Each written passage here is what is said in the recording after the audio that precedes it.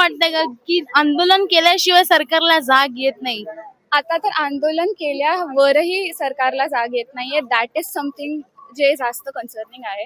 कारण का किती दिवस झाले आता 18-19 दिवस झाले आणि काहीच रिप्लाय नाही आलेला आहे. सो इज म्हणजे कायच बोलायचं याच्यावर. म्हणजे त्यांना गांभीर्य नाहीये असं तुम्हाला म्हणायचंय? त्यांना गांभीर्य समजतंय पण तरी बहुतेक त्यांना त्याच्यावरती काही करायचं नाही. Like this is something that they are doing on purpose. They are ignoring it on purpose. तुम्हाला असं वाटतंय का कुठेतरी देश, लोकशाही, संविधान हे पाळून असं पुढे जातोय? आत्ता सध्या तरी नाही.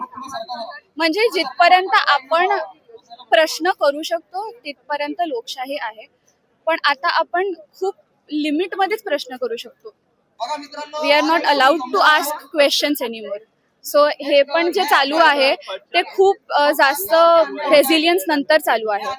तर that is all I have to say. तुमची सरकारकडून काय मागणी असणार आहे या विषयामध्ये? They are asking for resignation की रेझिग्नेशन द्या पोस्टवरून.